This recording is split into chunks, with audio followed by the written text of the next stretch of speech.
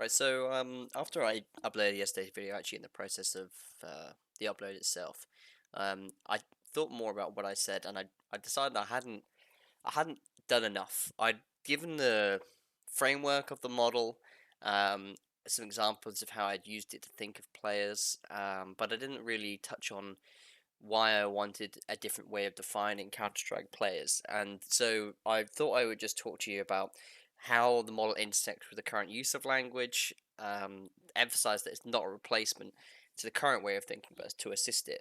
Um, and I thought I would actually set some expectations of players for an AWP and an IGL, which were two roles that are, quite crucial in conversation, as well as like just a rifler or a support player, and what they should be referred of.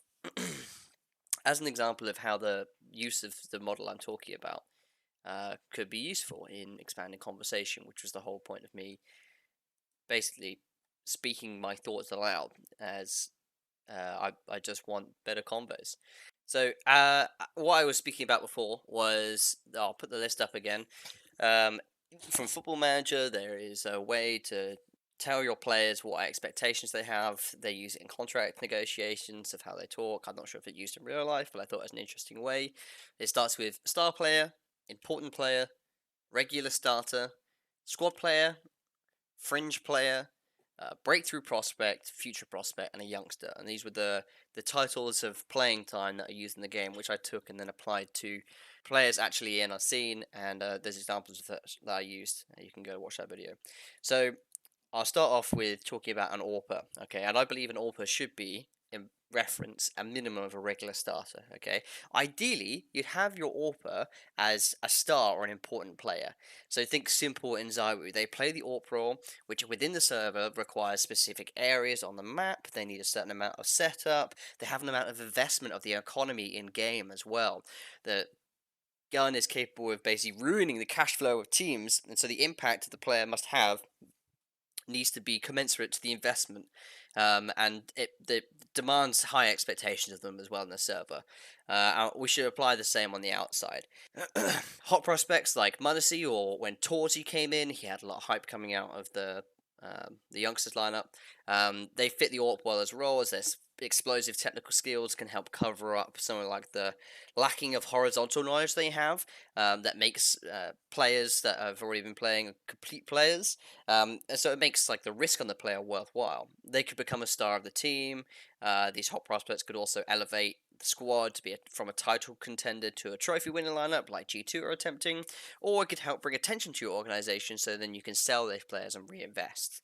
On the other hand, it also means that AWPers that are squad or fringe players in a lineup, and I've brought out Circ or Esatag for this instance.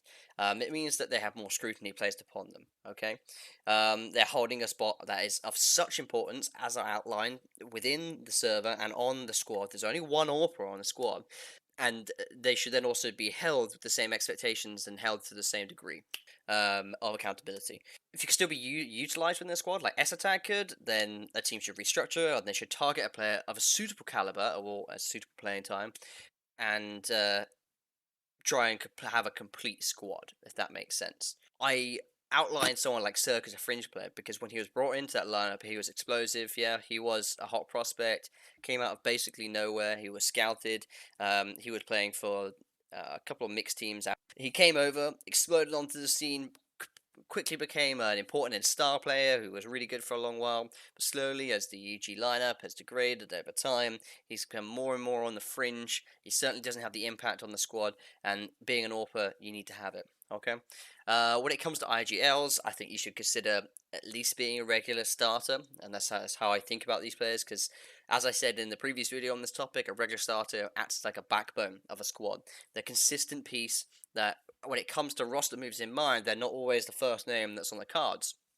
Now, if an IGL has failed to integrate themselves into the dynamic of the team, they aren't able to get control of the locker room, to continue the football analogies, they don't have the right tactics, they can't implement their strategy, and thus fails to have an effect or make an impact on the squad, they are by definition on the fringe, or a fringe player.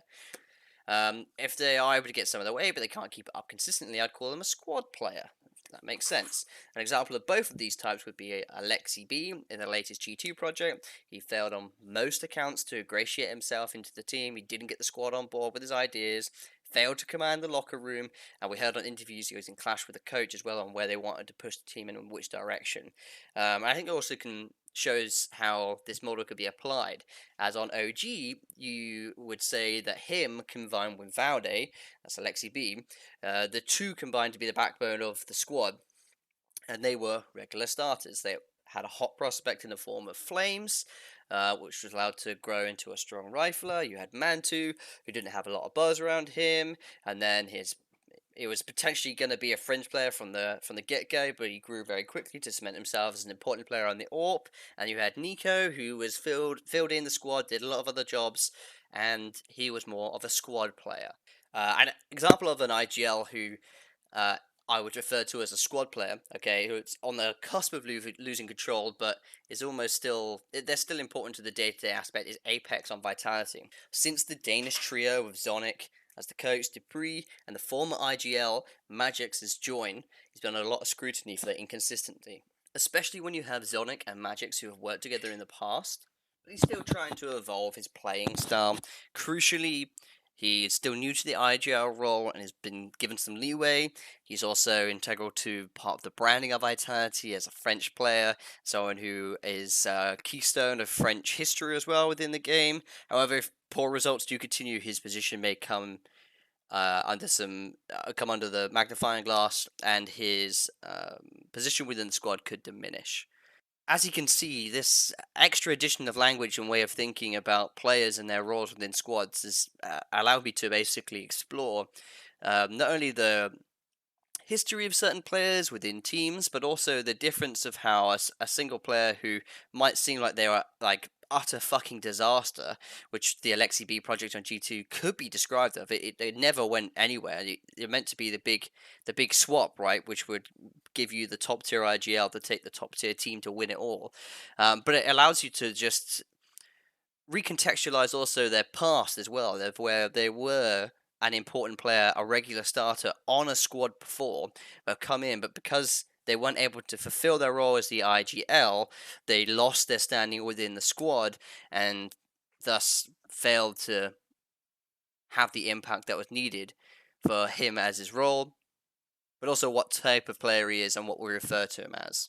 Anyway, I hope this act should tag on to the what I basically did yesterday. If you followed both videos, is interesting. I hope it adds to the experience. I've certainly really found the more I think about this, the more I want to apply it. I think over the next couple of months, I'm definitely going to be continuing to apply this thought process, and I think maybe in a couple of months back, I'll come back to this topic and see if this model still works, and if not, have I had to tweak it? Are there other models I've maybe tried to adopt? How does it intersect with conversation? I think it's a really interesting line of thought. Again, please let me know what you think. Anyone who just stumbles across this, if you're a Counter Strike fan, if not, try applying it to other esports that you follow.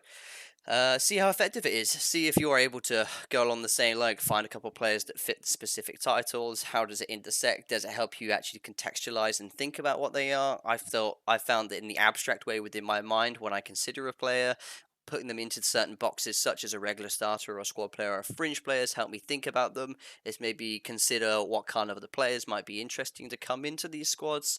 And it certainly gives me a different appreciation as well for certain players that potentially, although they are fringe players in certain aspects, such as Amanek on the past G2 lineup, helps me remind that fringe players aren't necessarily just there because they're the worst player on the squad. Sometimes that can be the case, but it's also that actually their stature within the current squad has diminished due to things out of their control, i.e., other roster moves, and that potentially they could still be a key and useful part on another team.